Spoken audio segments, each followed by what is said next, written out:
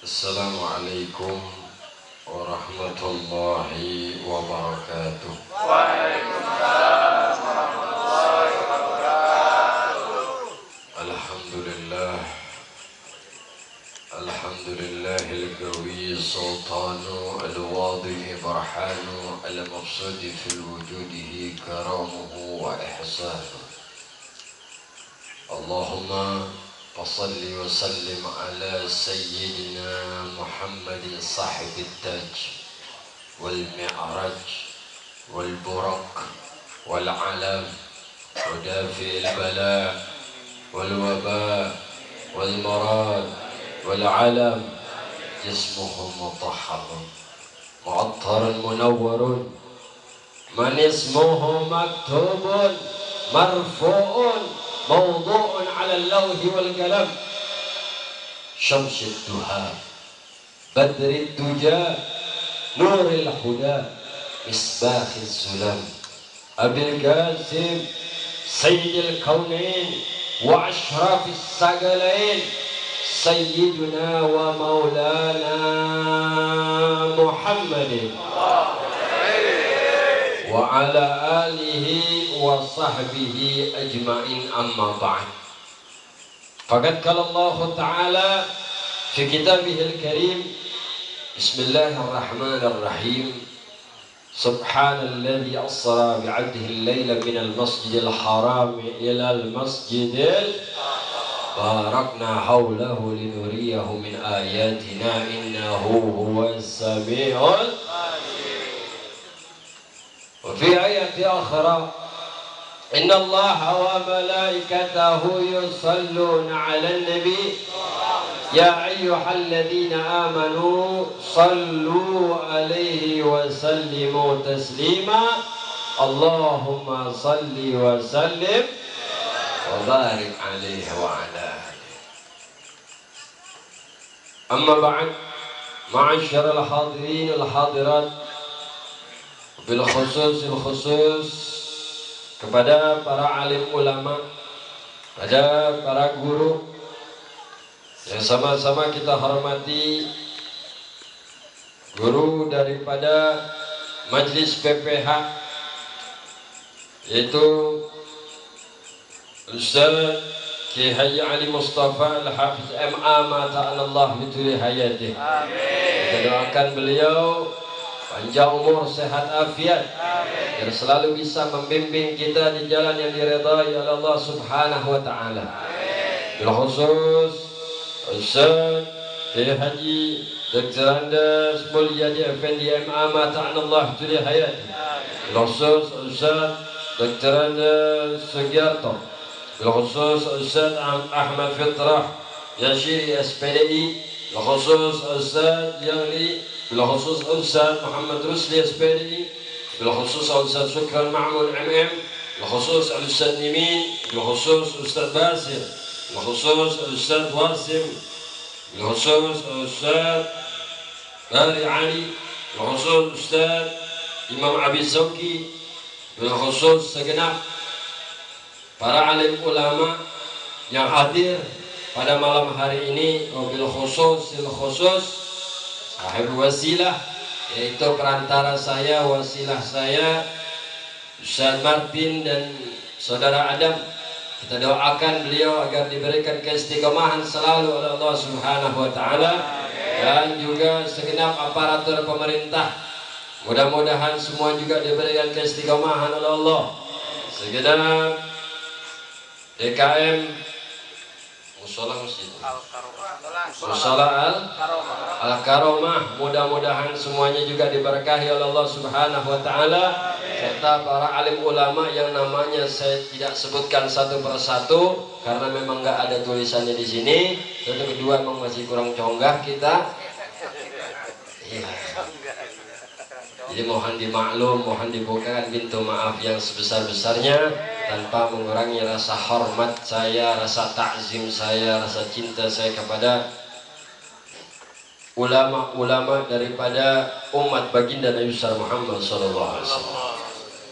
Masyaallah hadirin yang hadir pada malam hari ini juga kita doain juga Khusus di sini banyak para alim ulama. Kita doain yang hadir pada malam hari ini Ustaz Kiai panjang umur, sehat afiat. Amin. Biar duitnya juga ambrek. Amin. Ini gak puyeng mulu. Ceritanya tekor, mau tekor.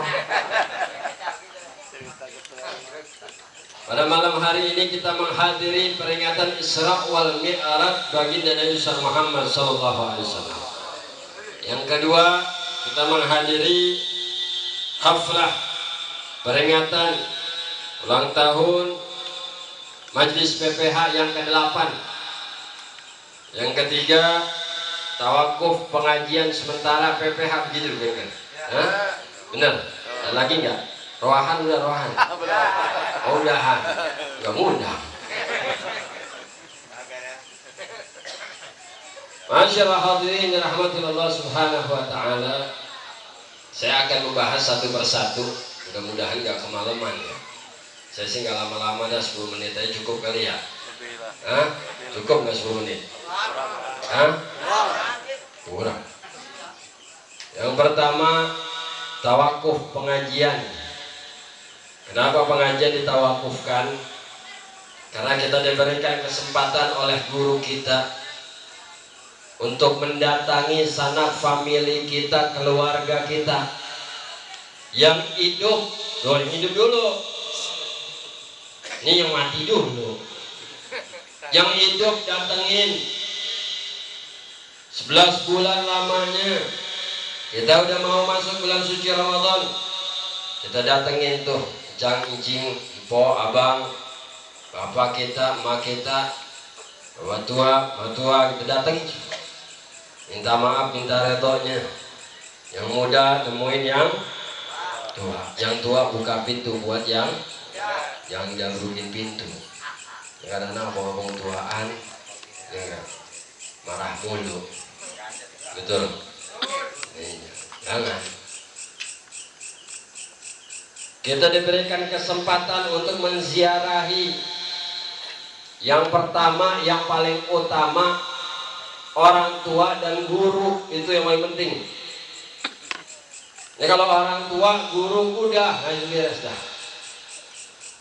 Ini emang kuncinya nih. Mau berkah di dunia, kuncinya orang tua. Mau selamat di akhirat, kuncinya seorang guru. Jadi balance. Dunia dapat, akhirat. Makanya dibilang surga di telapak kaki ibu. Yang dimaksud apa? Apabila kita berbakti, kita taat kepada orang tua kita, surga dunia diberikan oleh Allah.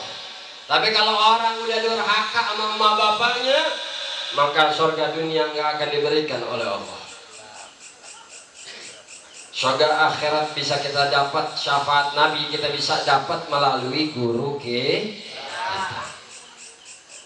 Melalui guru kita bisa mendapatkan syafaat Nabi itu. Karena Nabi nggak ngawur-ngawur, syafaatnya diaur-aur kagak. Disortir kayak nyortir ikan.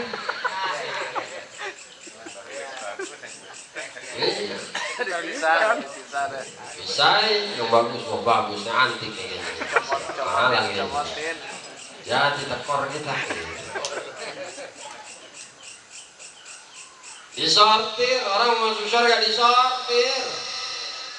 Saya punya guru, Allah yarham, almarhum al-maghfurlah, Al-Habib Husain ibn Al-Habib Umar bin Khalid Al-Attas. Saya 2 tahun ngaji sama beliau, banyak menerima nasihat beliau. Beliau bukan ngajar di majlis-majlis ilmu kan. Saya kalau datang ngaji, datang ke rumahnya. Kalau mau ngaji, makan dulu, minum susu dulu, baru boleh ngaji.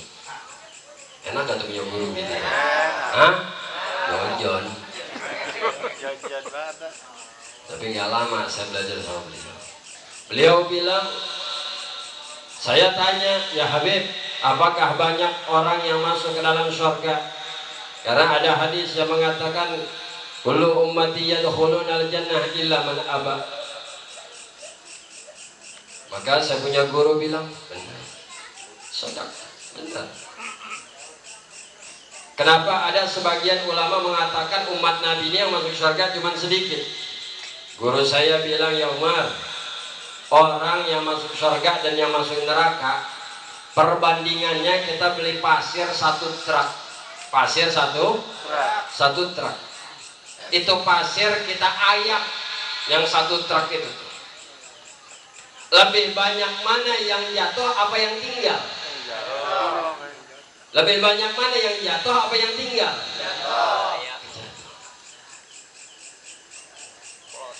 Batunya nggak bakal nyelos, nggak bakal. Nih batu yang nggak nyelos ini nih yang nggak masuk neraka tuh segitu banyak. Banyak kan yang halus, imannya halus. Digeser sama duit sama fulus, mingser tadinya. Nih, itu yang kasar tuh yang masuk surga tuh apa yang imannya sama duit kagak goyah, tetap keker dia 1 juta. Ya. Kasih 10 juta mingser juga. Gak tahan juga dia 1 juta. Ya, jadi sedikit.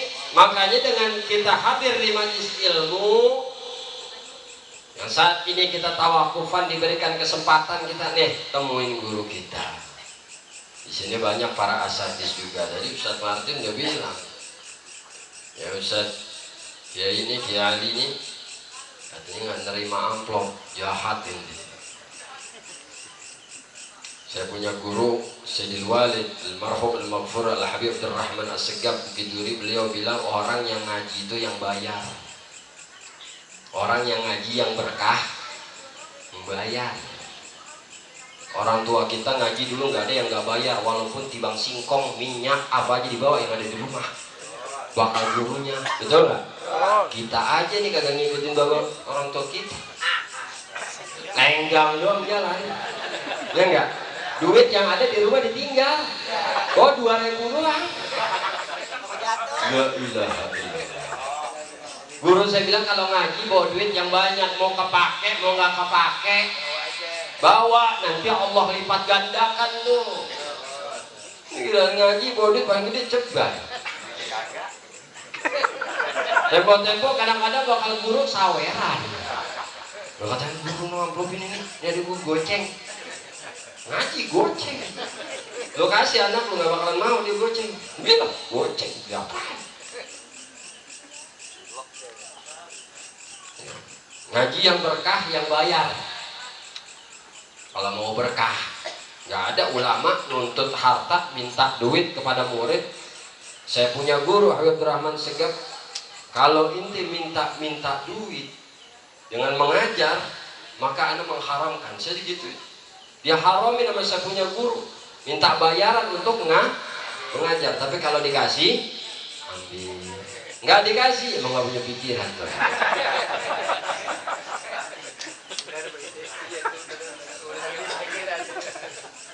Emang kadang-kadang maafin Kiai, ini Kiai nggak mesen nggak mesen. Agak mau gua aja sendiri ngomong. Kadang-kadang kalau nggak diingetin lupa, emang mesti orang luar yang ngingetin.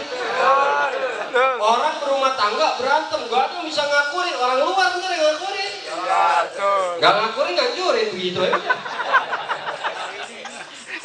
Ya, betul gitu. Jadi mesti orang luar yang ngingetin. Ini kadang-kadang tempo-tempo Ustaz sampai belangsak bisa. Muridnya kagak punya pikiran.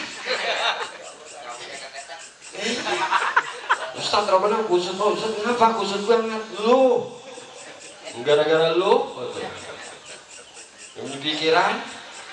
Jadi jangan, kita punya guru kita perhatiin, dia ikhlas mengajarkan kita, nggak ada. Ustaz itu kalau ngajar buka kitab lillahi ta'ala, dia udah karena Allah, lillahu fillah, karena Allah udah. Jadi kita sebagai murid biar punya pikiran. Gak punya pikiran, mau polonya kagak gitu. Jadi saya cuma ngingetin aja, kalau pengen berkah. Apalagi buat guru marah, na'udzubillahi min zalik. Saya dulu kalau masuk kelas itu kan saya punya madrasah, itu tempat guru saya itu ada kelas-kelasnya. Saya datang telat karena memang jalanan macet, biar nggak marah. Emang biar ongkos pas-pasan, bakal jalan pulang dari Bukit Duri Kampung Melayu, biasanya saya naik Kopaja. Ini bakal jalan pulang, karena ngarah guru takut marah, saya beliin kopi. Kagak nyogok, nyenengin, biar jangan sampai marah. Sama orang tua juga begitu, betul. Pulang biarin dah jalan kaki ngabang-ngabah dari Bukit Duri sampai Kampung Melayu, lumayan juga. Bener gak? Tapi yang penting guru kagak marah. Itu jaga perasaan guru pakai begitu kita. Ya, makanya hadirin juga mesti begitu. Jadi kalau pengen memang pegangan kita di akhirat tuh guru kita aja. Biar ente sholawatan apa memeniran juga kalau nggak punya guru, nggak ada dah, belaksak bisa. Biar aja membayang jidat ente yang teretak lagi. Kalau nggak ada guru, nggak terima. Orang sekarang kan begitu. Bayang ikut-ikutan, nggak ada gurunya, betul. Semua maunya dia aja udah. Terus bayang tahu dari mana? Tahu punya orang-orangnya dulu punya orang. Lagi masih kecil lihat lihat orang-orang gitu, ya gue ikut aja kayak gini. Ya itu salah. Agama itu bukan ikut-ikutan, bukan. Jadi kalau ada guru itu ada sanad ilmunya. Enggak, bedanya begini bang. Kita beli motor baru, misalkan motor Beat dah. Kita beli motor Beat nih seharga 13 juta, misalkan 15 juta. Yang satu juga 15 juta, sama-sama baru. Tapi yang satu nggak ada garansinya, yang satu ada garansinya. Kita pilih yang mana? Garansi dong. Alasan kita pilih garansi, apabila terjadi sesuatu kepada ini motor atau mobil yang kita beli, kita bisa komplain. Tapi kalau yang nggak ada garansinya, bagaimana? Terima nasib, betul. Orang begitu. Ketika dia beribadah, nggak ada yang menjamin ibadahnya ini sesuai dengan syariat Islam, sesuai dengan ajaran baginda Rasul Muhammad. Nanti tinggal terima nasib. Masuk surga ya untung, masuk neraka ya beruntung. Gitu ya. Tapi kalau kita punya jaminan, punya garansi, kita ngaji sama siapa? Sama fulan. Ente misalkan di dalam kubur digebukin sama malaikat gara-gara sembahyang kagak benar. Ngomong pasti. Ya malaikat nggak ngegebukin saya, loh guru saya tuh yang ngajarin. Tuh. Tergurunya sampai kenapa ngajarin si fulan begini? Saya dari guru saya. Terus. Betul gitu. Bergaransi. Ada jaminannya. Salat tahu dari mana? Dari guru saya. Gurunya tahu dari mana? Dari gurunya. Mesti apal. Ini orang punya guru tahu gurunya doang. Bahkan anaknya aja nggak kenal. Kita kalau punya guru, ini guru namanya siapa? Fulan bin Fulan. Fulan bin Fulan ini belajar sama siapa? Gurunya. Oh namanya Fulan bin Fulan. Fulan bin Fulan ini belajarnya sama siapa? Sama Fulan bin Fulan. Fulan bin Fulan ini belajar sama siapa? Sampai ke Hadratul Rasul, sampai ke Nabi Muhammad. Kalau nggak nyampe, udah ngaji begini, jangan belangsak, jangan. Jelas nggak kira-kira? Jadi kita mesti tahu sanad keilmuan guru kita. Yang pertama keluarga guru kita. Dengan anak kita tahu guru kita, anak guru, ini anak guru. Iya, baru tuh lihat saya dah. Murid kagak conggah bisa gurunya. Namanya siapa guru? Lebih parah lagi itu. Itu jangan. Kita mesti tahu ketika kita menuntut suatu ilmu, apalagi ini ilmu baginda Rasul Muhammad SAW, ini ilmu agama, syariat agama, maka kita harus tahu dari asal usul. Jadi tawakuf ini pengajian sementara, kita diberikan kesempatan untuk menyiapkan dengan menyambut datangnya bulan suci Ramadan yang mulia. Siapin waktu kita. Kita udah banyak banget nih nyari duit, bukan main 11 bulan nyari duit mulu nih.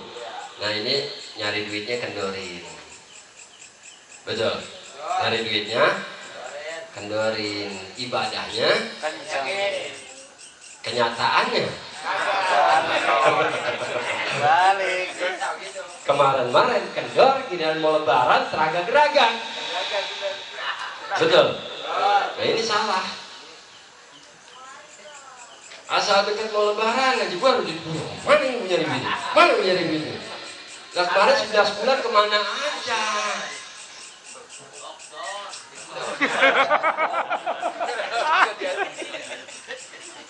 Situ percaya aja sih.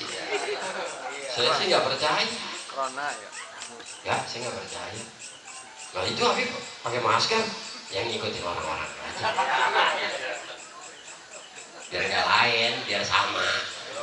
Ya ternyata Habib lain sendiri, mana gitu. Pas nyampe sini kagak ada yang pakai, saya kagak pakai. Atau sama parah dengan saya.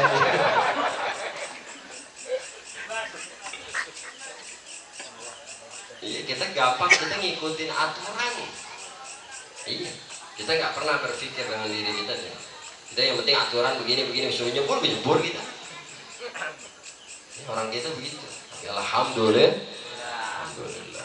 Ya, jadi ditawakufkan sementara itu untuk menyiapkan datangnya bulan suci Ramadan, itu yang pertama. Ini baru pertama nih. Udah belum nih? Terus udah nih, udah turun. Amplop soalnya dibungkus juga, nggak bisa ngeliat lagi kagak. Orangnya ada di sini, kelihatan kita. Terus udah nih. Kalau masih betah mah nggak apa-apa ya, orang tua juga kan mereka kemalaman, capek orang ngomong mulu katanya. Maafin aja dah. Yang kedua, memperingati Isra wal Mi'raj baginda Nabi besar Muhammad. Kita memperingati yaitu dengan rasa syukur kita kehadirat Allah Subhanahu wa Ta'ala. Inti, ya saya bicara cepat aja dah. Inti dari Isra wal Mi'rajnya Nabi itu, ya karena udah ada guru Ali di sini, udah cukup dia terangin dah. Ngaji udah 11 bulan, dia loh kagak terangin bisa. Jadi intinya ibadah. Kita diperintah oleh Nabi kita untuk sujud kepada Allah sehari 5 waktu. Karena orang yang mau sujud sama Allah,